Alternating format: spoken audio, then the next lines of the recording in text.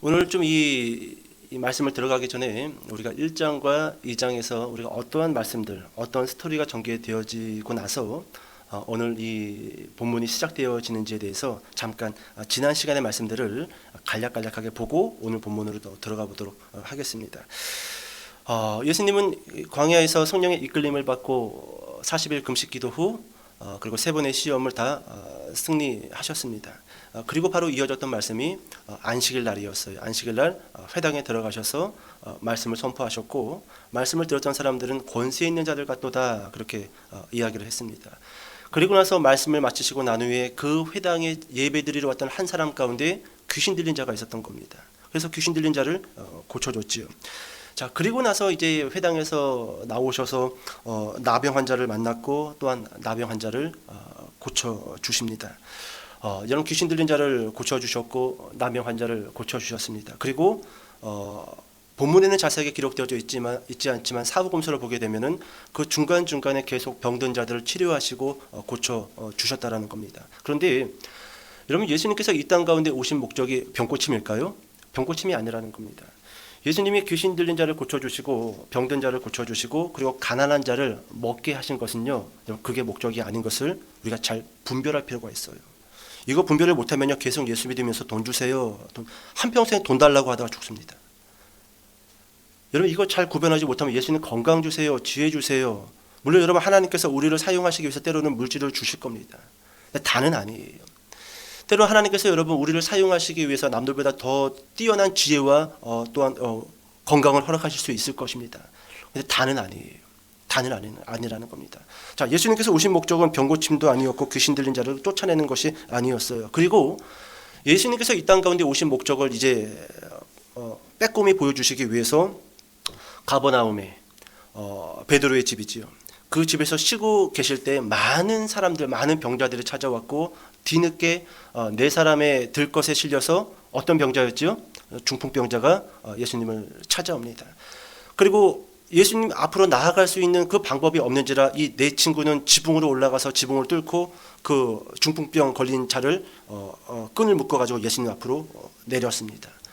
자, 여러분, 예수님께서 그 친구들의 믿음을 보시고 중풍병 나았다라고 말씀하지 않고 어떻게 말씀하셨죠? 네 죄사함을 받았느니라. 드디어 예수님께서 이 땅에 오신 목적을 빼꼼히 보여주시는 겁니다. 귀신 들린 자를 고치러 오신 것이 목적이 아니라, 나병 환자를 고치는 것이 목적이 아니라, 예수님이 이 땅 가운데 오신 그 목적은 뭐냐 하면은 죄 용서라는 거예요. 네 죄사함을 받았느니라. 여러분, 그렇게 중풍병자를 죄 용서를 선포하시고, 그리고 그 자의 그 중풍병을 고치시고, 그리고 나서 이어지는 스토리가 뭐냐면, 잘 보세요. 죄의 용서가 어떻게 이루어지는지, 그리고 죄의 용서받은 자들이 과연 어떠한 삶을 살게 되는지를 현실 안에서 적용시키고, 그것이 어떻게 우리 안에서 일어나는지를 보여주시기 위해서 바로 이어지는 스토리가 레위 마태를 만난 사건입니다. 레위 마태의 직업이 뭐였죠? 세리였습니다. 여러분, 세리에 대한 여러분 생각을 다시 한번 우리가 좀 수정할 필요가 있는데, 이스라엘 안에서 세리는요, 죄인 중에 최고봉에 있는 죄인입니다. 여러분들은 어떤 죄가 가장 큰 죄라고 생각합니까? 하나님 앞에. 여러분, 우리가 알게 모르게 지은 죄가 얼마나 많이 있습니까? 그죠? 근데 그런 죄보다도 이스라엘 그 문화 안에서 가장 최고로 쳤던 죄는요, 남자에게는 세리였고요, 여자에게는 창녀였어요. 그 죄를 이길 만한 죄가 없어요. 그런데 중풍병자에게 죄 용서를 선언하시고, 그 죄 용서가 어떻게 현실 안에서 적용되는지를 보여주시는데, 예수님께서 제자들을 이끄시고 항구로 가십니다. 그리고 그 항구 세간에 앉아 있었던 세리장 레위 마태를 어떻게 하시죠? 부르신다라는 거예요. 자, 여기서 제가 여러분들에게 말씀드리고 싶은 한 가지, 여러분, 회개가 구원의 조건인가? 믿음이 구원의 조건인가? 여러분, 회개해야 구원받을까요? 믿어야지 구원받을까요? 회개가 먼저일까요? 구원이 먼저일까요? 아니면 구원이 먼저일까요? 믿음이 먼저일까요? 여러분, 레위 마태를 부를 때, 그리고 중풍병자의 죄의 용서를 받을 때요, 중풍병자와 그리고 죄의 최고봉에 있었던 레위는요, 예수님을 만나기 위해서 어떠한 준비도 되어 있지 않았던 상태입니다. 우리가 여기에 집중할 필요가 있어요. 우리는 예수 그리스도를 만나고 성령의 충만함을 받고 그리고 구원받는 일에 있어서 무언가 준비해야 될 줄로 착각을 합니다. 근데 그렇지 않아요. 여러분, 우리가 준비되었기 때문에 오늘 예수 그리스도를 믿는 하나님의 자녀가 되었습니까? 그렇다고 한다면 어떠한 준비를 여러분들이 했습니까? 아니요. 우리는 실제로 하나님 앞에 준비되지 않은 채 구원받은 거예요. 우리는 실제로 아무런 준비하지 않고 아무런 계획을 세우지 않았는데 어느 순간 뒤돌아 보니까 하나님의 자녀가 됐어요, 안 됐어요? 여러분 중에 혹시 40일 금식 기도하고 난 구원받았다 손 들어보세요. 내가 뭔가 남들보다 도덕적으로 좀 정결하고 남들보다 좀 올바로 살았기 때문에 내가 지금 교회 다니고 있는 거다, 그렇게 생각하고 있는 분 손 들어보시기 바랍니다. 여러분, 그러한 자는 없어요. 그렇게 주장할 수 있는 사람도 없고 그렇게 고백할 수 있는 사람도 없고 그렇게 자랑할 수 있는 사람도 없다라는 겁니다. 회개가 구원의 조건인가? 회개해야 구원받는가? 예수를 믿어야지 구원받는가? 여러분, 실제로 우리가 성경의 겉모습을 봤을 때는 회개해야 구원받는 것 같고 예수 그리스도를 믿어야지 구원받는 것 같은데, 여러분 성경을 더 깊이 있게 보면은요, 믿었기 때문에 아니요, 구원받았기 때문에 회개하는 거예요. 아멘이십니까? 여러분, 구원을 받았기 때문에 예수 그리스도를 나의 주님으로 그 믿음을 선언할 수 있는 거란 말이에요. 좀 이렇게 이야기해 볼까요? 또 이제 올 여름이 되면은 우리 애들하고 또 이 물놀이를 떠나게 될 겁니다. 그럼 저는 항상 우리 아이들에게 입히는 게 있어요. 구명조끼를 반드시 입힙니다. 여러분, 물놀이 가서 사고 나는 거, 안전사고 나는 거, 물놀이에서 사고 나는 것은요, 이 구명조끼 안 입어서 사고 나는 거예요. 구명조끼 입혀놓잖아요. 죽으라고 해도 안 죽어요. 들어가야지 죽지. 절대로 안 죽습니다. 저는 또 구명조끼를 입힐 겁니다. 그런데 만약에 우리 이 막내가 계곡에 여행을 가서 구명조끼를 입지 않은 채 계곡물을 뛰어들었어요. 근데 거기가 깊었어. 유속이 빨랐어. 물에 빠졌습니다. 그럼 봅시다. 제가 그 광경을 보고 아이 그 앞에서, 야! 너 왜 구명조끼 안 입었어? 아빠가 입으라고 했어? 안 입으라고 했어? 애는 막 푹 들어갔다가 살려주세요 아빠! 푹 들어가고 있는데 내가 구명조끼 입으라고 했어? 안 그랬어? 내가 입으라. 너 지금 구명조끼 어딨어? 구명조끼 어디? 여러분, 이러고 있을 아빠가 있을까요? 물에 빠진 아이가 있으면요, 구명조끼를 왜 안 입었느냐, 왜 안전수칙을 안 지켰느냐, 이걸 따질 뿐만 없어요. 그냥 뛰어 들어갑니다. 그냥 뛰어 들어가서 머리끄댕이 잡고 일단 건져내고 그리고 나서 혼내죠? 맞아요, 틀려요? 여러분, 애가 죽고 있는데 혼낼 부모가 어디 있어요? 여러분, 우리가 그와 같은 사람들이었어요. 우리가 그와 같은 사람들이라고요. 회개해야지 구원을 받는다. 믿음이 좋으면 구원받는다. 그것은 여러분, 우리가 1차적인 단면으로 회개와 구원을 바라봤기 때문에 그런 겁니다. 여러분, 우리가 잘했기 때문에 예수 그리스도께서 동정녀 마리아에게 오신 것이 아니에요. 먼저 오신 겁니다. 우리는 여전히 죄에서 살고 있을 때에 예수 그리스도께서 오신 거예요. 오늘 레위 마태가, 그리고 중풍병에 걸려서 친구들에게 들것에 실려온 그 친구가요, 그렇게 구원을 받은 거예요.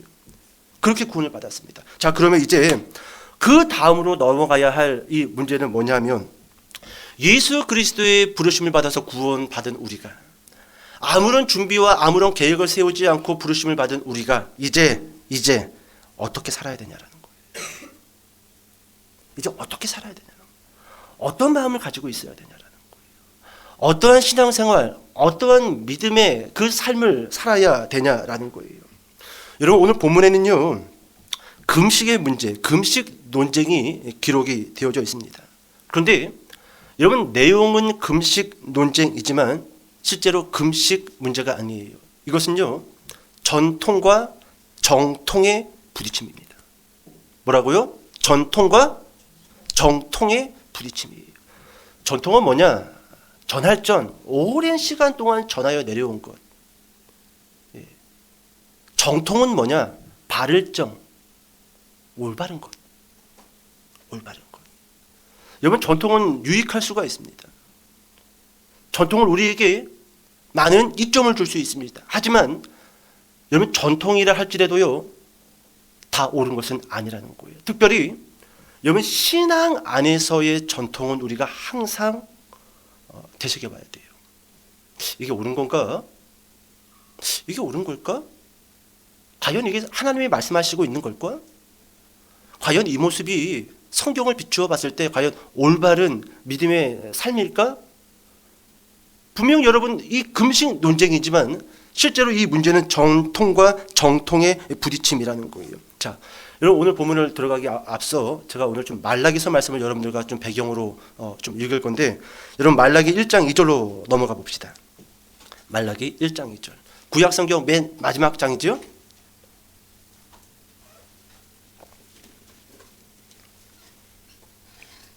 말라기 1장 2절. 자, 같이 한번 읽어봅시다. 맨 마지막이에요, 구약 성경. 이 말라기도 못 찾으시면은 이거 참, 그래도 구원을 받았으니까 뭐. 자, 1장 2절. 자, 시작. 여호와께서 이르시되 내가 너희를 사랑하였노라 하나 너희는 이르기를 주께서 어떻게 우리를 사랑하셨나이까 하는도다. 나 여호와가 말하노라 에서는 야곱의 형이 아니냐 그러나 내가 야곱을 사랑하였고. 아멘. 잠깐 앞을 보세요. 이제 좀 이 배경을 이야기하고 오늘 본문을 살짝 들어갔다가 설교를 정리할게요. 여러분 이스라엘 백성은 이 바벨론의 멸망을 당하고 70년 이 포로로 붙잡혀 있었습니다. 그리고 나서 1차 복귀, 2차 복귀, 3차 복귀가 이루어져요. 1차는 스룹바벨과 예수아를 통해서 성전 재건이 이루어지고, 2차는 에스라를 중심으로 성전 중심 말씀 교육이 이루어지고, 3차는 느헤미야를 통해서 성벽이 재건이 되어집니다. 이게 지금 이스라엘의 배경이에요. 자, 그리고 나서 이제 학계 스가랴가 이 이스라엘 땅으로 돌아온 이 유대인들에게 말씀을 선포하는데, 그 말씀의 내용은 이거였습니다. 성전이 재건되면은 하나님의 영광, 하나님의 축복을 너희가 보게 될 것이다. 성전이 재건되면은 하나님의 영광, 하나님의 축복 보게 될 것이다. 그리고 메시아 왕국이 도래하게 될 것이다. 그러니까 사람들이 살짝 흥분이 됐던 거예요.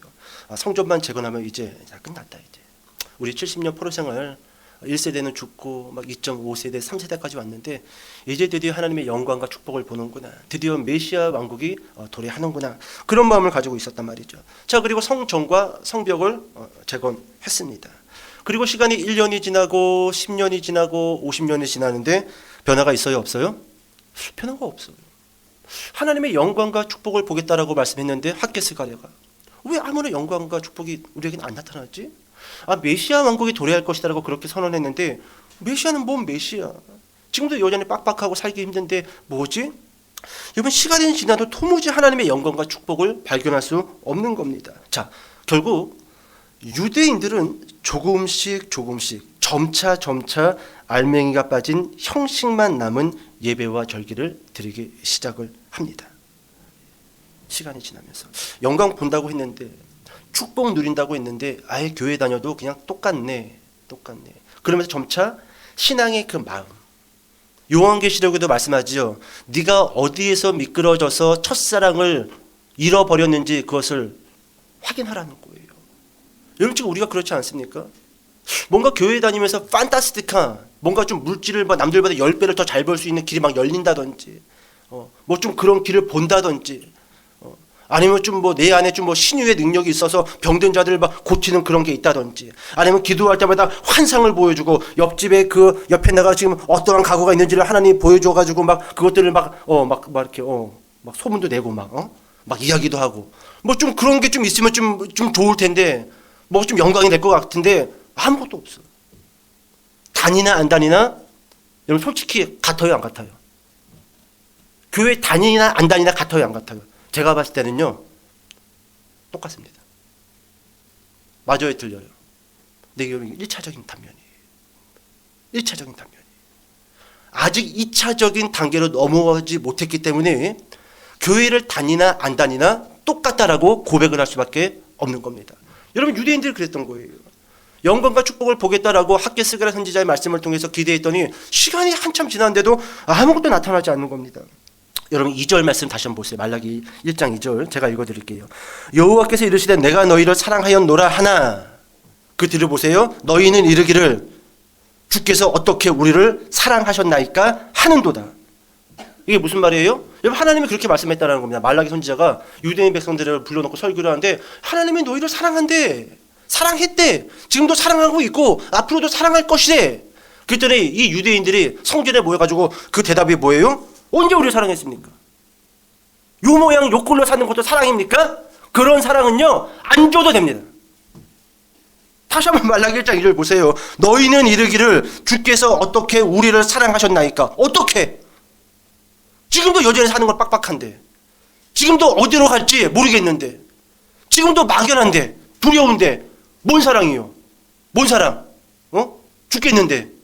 다니나 안 다니나 똑같아. 다니나 안 다니나.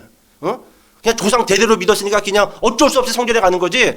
아유, 내가 그냥 다른, 그냥 어디 그냥 저기 인도에서 태어났으면 그냥 안 믿고 말아, 그냥. 여기다 점 하나 찍어 놓고 겐지스 강에서 수영이나 하면서 살지 그냥. 이게 뭐 하는 짓거리냐고. 피곤한데 주일마다. 돈 벌기도 얼마나 힘든데 또, 헌금도 하라 그러지 그냥. 봉사도 하라고 하지. 거기도 전도까지 하라 그러지. 아주 힘들어 죽겠어. 이게 여러분 이 백성들의 대답이었다라는 거예요. 여러분 다는 안 보겠지만 여기에 대한 하나님의 대답이 이거예요. 이렇게 이야기합니다. 너희는 여전히 물질을 원하고 있구나. 너희는 여전히 축복을 원하고 있구나. 그러면서 여러분 하나님이 주신 대답이 뭔지 알아요? 내가 안 준 게 아니라 줬더니 너희는 타락했었다. 안 준 게 아니라 줘봤다라는 거예요. 실컷 줘봤다라는 거예요. 줬더니 어떻게 했다고요? 타락했다. 그래서 여러분 70년의 포로 생활이 있었던 거예요. 여러분 이스라엘 백성들이 광야 40년을 마치고 가나안 땅에 들어가서요. 여러분 젖과 꿀이 흐르는 땅이라고 했습니다. 풍성히 먹고 풍성히 누릴 수 있는 거 하나님이 줘봤어요. 실컷 먹어봐라. 여기서 실컷 안식해라. 그랬더니 열심히 하나님 예배했어요. 산에 올라가서 비나이다 이거 했어요. 왜 꼭 모르는 사람처럼 저를 쳐다보고 계셔요? 구약성경을 읽어보세요. 젖과 꿀이 흐르는 땅에 들어가서요. 채 한 세대가 지나가기도 전에요. 이스라엘 백성들은요. 하나님 앞에 나오기보다 산에 올라가서요. 비나이다. 결국 그 짓거리 하다가 70년 포로 생활한 거거든요. 근데 그 과거는 싹 잊어버리고 지금 또 뭐 달라는 거예요? 복 주십시오. 물질 주십시오. 여러분 제가 살아보니까 저도 그래도 얼추 이제 반백년 살았잖아요. 살아보니까 조금 힘들게 사는 게 맞아요. 그래야 긴장감이 유지돼요. 하나님이 다 주시잖아요. 이 긴장감이 해소됩니다. 여러분은 여러분 자신을 믿으셔요? 저는 저 자신을 안 믿어요. 못 믿는 게 아니라 썩을 놈을 안 믿어요. 언제 어떻게 어디로 튀어갈지 모릅니다. 내가 줘봤다. 근데 너희는 타락했다. 이게 여러분 이스라엘의 그 불평에 대한 하나님의 대답이라는 겁니다. 자 봅시다. 우리 지금 배경을 보고 있는 거예요. 여러분 그렇게 하나님의 대답을 들었는데도 이스라엘 백성들은요 결국 예배 무력증에 빠지게 됩니다. 예배 무력증. 예배 시간에 와도 침 흘리고 있어. 끝났어? 밥 먹으러 가자. 예배 무력증. 그리고 또 무엇이 찾아왔을까요? 하나님께 드리는 게 아니라 아까워. 조금씩 안 드리는 거야. 이게 여러분 성도들에게만 찾아온 것이 아니라 제사장들, 목회자들에게도 찾아오는데 곧 제사장들의 타락으로 이어집니다. 제사에 바칠 짐승을 제대로 검사하지 않는 거예요. 이것은 흠이 있고 절름발이고 눈이 맛이 갔는데도 통과. 그러니까 여러분 하나님께 드리는 예배를 좀 온전하게 하기 위해서 제사장들이 좀 이렇게 좀 긴장한 채로 좀 더 그것이 좀 더 바르게 하나님께 나아가게 하기 위해서 더 좀 노력을 하고 때로는 좀 소리도 지를 줄 알아야 되는데 제사장들마저 제사장 역할에 영적 무력증에 사로잡힌 겁니다. 그래서 어떻게 가는 거예요? 에휴, 뭐 예배를 나오든지 말든지 뭐 네가 구원받냐 내가 구원받지. 어차피 하나님 심판 때 가면은 뭐 각각 쓰는 건데 네가 주일에 여행을 가든지 말든지 나는 내 예배 드리고 집에 갈련다. 피곤하다. 예배 무력증. 아유 설교를 준비를 하면 뭐하냐 듣는 것 같지도 않고 이제부터는 성경 연구도 안 하고 대충 그냥 큐티식으로 묵상하다가 대충 이 얘기 저 얘기 하다가 마치련다. 열심히 한들 열심히 안 한들 뭐 똑같은 것 같은데 예배 무력증이 찾아왔습니다. 자 이쯤 되자 드디어 하나님께서 선전포고를 합니다. 여러분 말라기 1장 펼쳐져 있어요? 여러분 10절로 가서 읽어보세요. 10절. 자, 10절 같이 한번 읽어보겠습니다. 시작.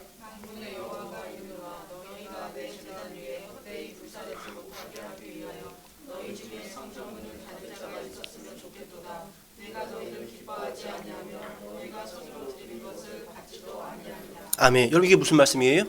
이거예요. 금식을 사랑해서 지금 금식 이야기를 꺼낸 거예요? 아니지요?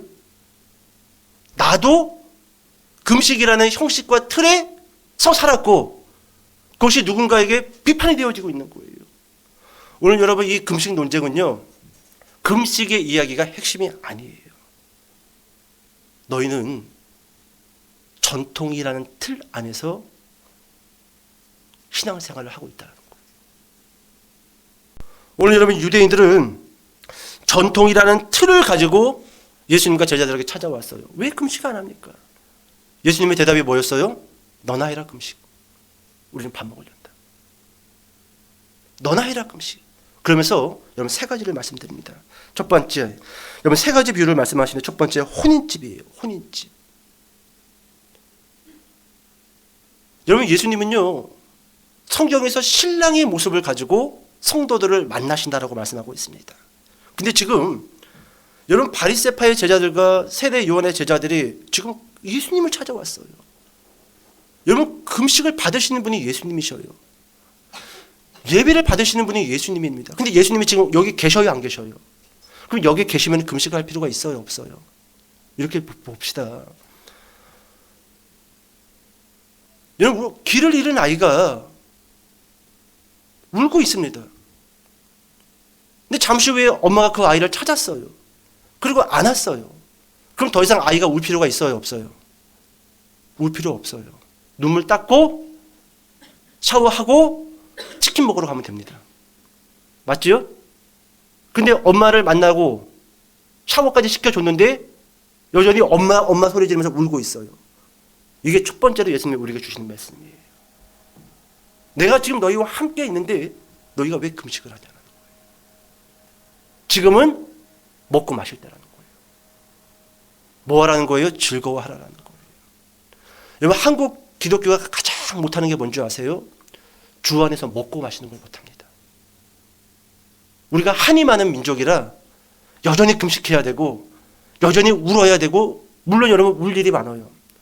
오늘 예수님이 여러분 이 너나 금식해라라고 했을 때요, 금식을 폐지하겠다는 말씀이 아니에요. 곧 신랑이 붙잡혀갈 날이 있는데 그땐 너희가 금식하라고 이야기합니다. 여러분 구약 성경에서 여러분 금식 강조는 언제냐 하면은요, 정말로 죽을 수밖에 없는 그런 상황. 그 상황에서는 금식하라고 이야기합니다. 하지만 오늘 신약으로 넘어와서요, 그와 같은 상황이 아닌 모든 상황에서는요, 예수님이 우리에게 주신 말씀이 뭐예요? 따라해봅시다. 즐거워하자. 여러분 즐거워하세요. 뭐가 그렇게 못마땅합니까? 도대체 뭐가 그렇게 불만이에요? 정말로 없어서 불만이에요? 아니요. 어떻게 보면은요, 내 마음이 삐뚤어졌기 때문에 모든 게 불만인 거예요. 정말로 하나님이 안 주셨기 때문에 불만이라고요? 아니요. 아니에요. 오늘 여러분 예수님께 첫 번째로 주신 그 비유는 혼인집이에요. 기뻐하라라는 거예요. 여러분 지금 예수님께서 십자가에서 죽으시고 지금 돌무덤에 들어가서 아직 부활하지 않으셨습니까? 아직 돌무덤에 계셔요? 그분이 예수님이 아니었던 거예요? 그냥 종교 지도자였던 거예요? 정말로 여러분들이 예수님을 믿는다라고 한다면, 정말로 예수 그리스도를 믿어가지고 하나님의 자녀가 된 구원받은 백성이라고 한다면요, 그 마음속에 예수를 생각할 때 여러분 짠한 마음도 있어야 되겠지만 여러분 기뻐해야 되는 마음이 있어야 되는 거예요. 여러분 중풍병자가 그렇게 죄 용서함 받고 병고침을 받고 그렇게 집으로 돌아갔었을 때 애국하면서 있었을까요? 방에 처박혀가지고 우울증 걸리면서 그렇게 있었을까요? 아니요. 첫 번째 비유가 뭐라고요? 혼인집. 옆 사람에게 이렇게 인사합시다. 기뻐합시다. 그렇습니다. 기독교인들이 해야 될 첫 번째 삶의 자세, 기뻐하시기 바랍니다. 기뻐하셔요. 언제 여러분 이 주일날 예배 드리지 말고 저기 좀 큰 교회 가서 예배 마칠 때 그 정문에 서서 나오는 성도들 얼굴 표정 보세요. 이야, 무슨 뭐 빚 받으러 온 사람들 같아. 빚 받으러 왔다가 빚 못 받고 돌아가는 사채업자들 같아 다들.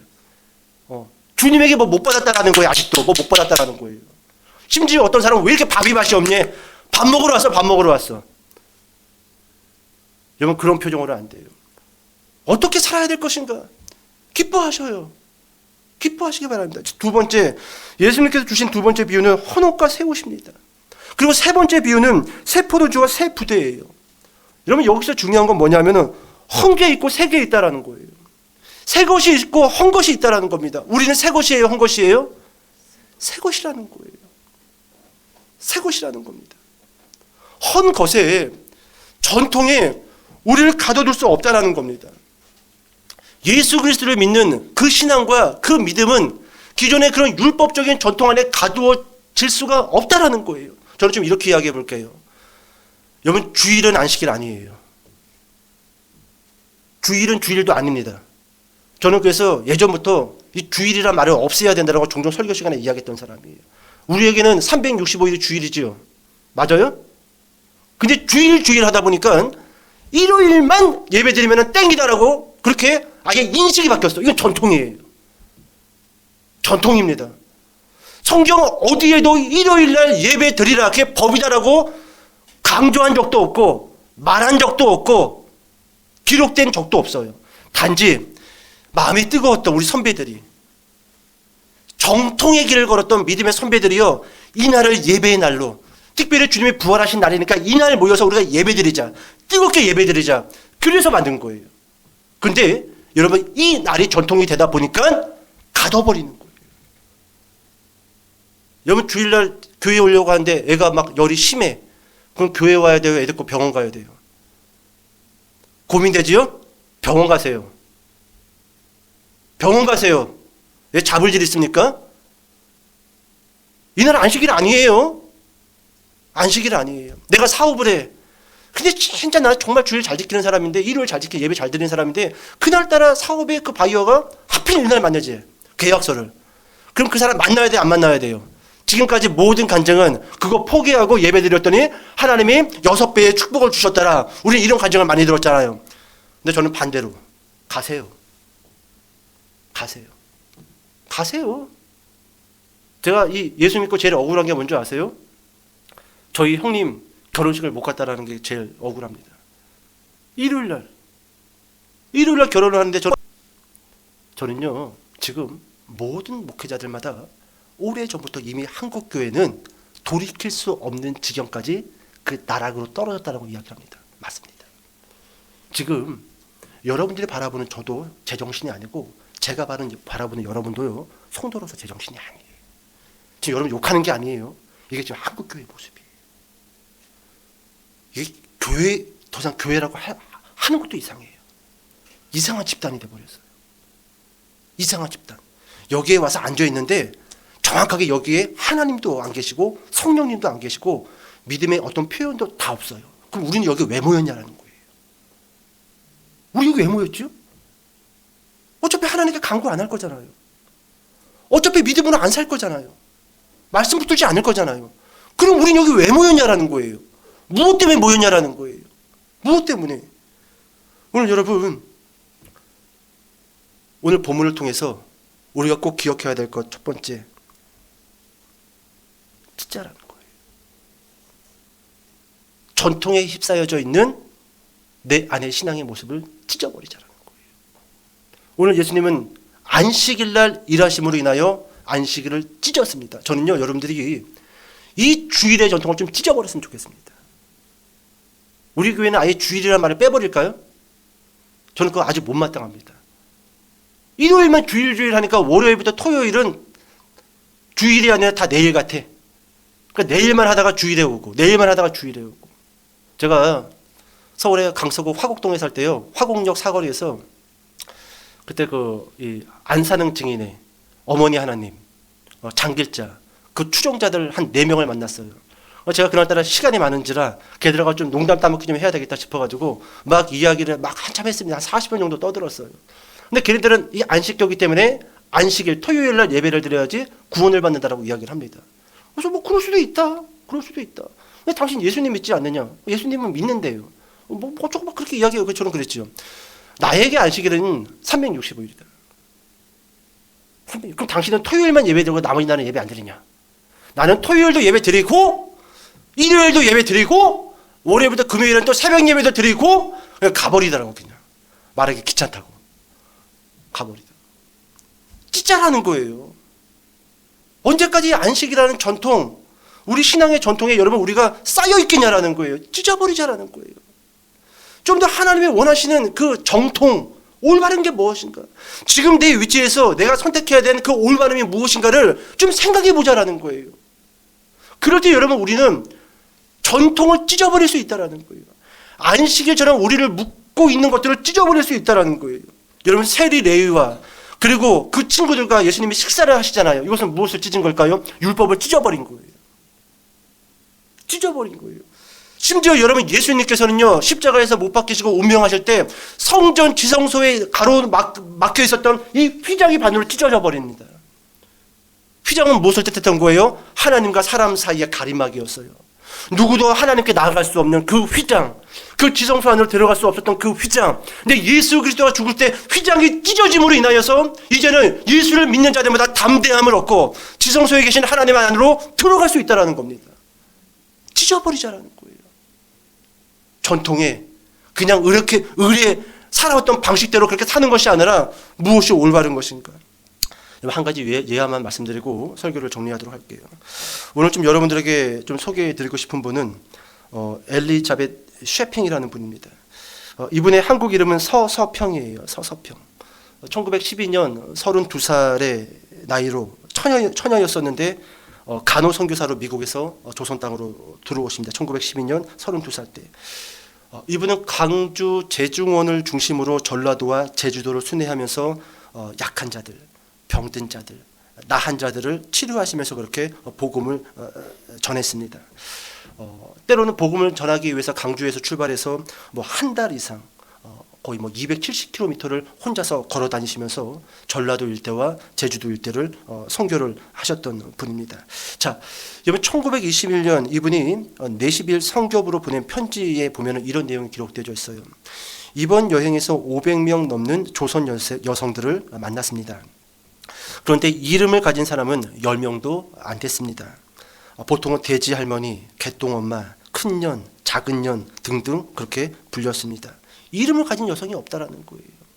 500명이나 여자를 만났는데, 그리고 남편에게 노예처럼 복종하는 조선의 여자들, 집안일을 도맡아 하고 또 아들을 못 낳는다고 소박을 당하고 가난 때문에 팔리고 있다라고 조선의 여자들에 대해서 미국 선교센터로 그렇게 편지를 써서 보냅니다.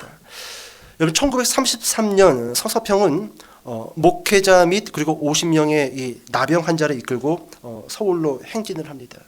그때는 아직 일제 시대였죠. 왜 이 행진을 했냐면은 일제 시대에서 나병 환자들이 임신하지 못하게 애를 못 낳게 하기 위해서 거세를 했어요. 거기에 대해서 이 반기를 든 거예요, 이 서서평 이분이. 그래서 서울 시내에 조선 총독부로 목회자들과 50명의 나은 자들이 이제 행진을 하죠. 이 소식을 듣고 전국의 나은 자들이 다 서울 조선 총독부 앞으로 모여서 한 500여 명의 나은 자들이 집결을 하게 됩니다. 자, 결국 이번 이 조선 총독부에서는 그 서서평의 그 탄원을 듣고 그것을 이렇게 그 탄원대로 베풀어 줍니다. 자, 결국 여러분 소록도 한센병 환자 요양시설과 병원을 짓게 되어져. 이 사건으로 인해 가지고 대단한 일을 하셨던 분입니다. 자, 결국 1937년 이 서서평이라는 이 간호선교사님은 풍토병과 가루로 숨집니다. 돌아가셔요, 우리나라에서. 그리고 그분의 집에 찾아가 봤더니 남은 물건 동전 7개, 강냉이 가루 조금, 그리고 담요 반장. 왜 담요가 반장인가? 반장을 찢어서 노숙자에게 줬다라는 거예요. 이게 그녀가 갖고 있었던 전부라는 겁니다. 여러분, 이분은 미국에서 간호대학을 나오신 분이에요. 전통을 따랐다고 한다면 미국에서 얼마든지 좋은 대형교회에서 좋은 남편을 만나서 부유하게 그리고 물질로 선교하면서 이쁘게 살 수 있었을 것입니다.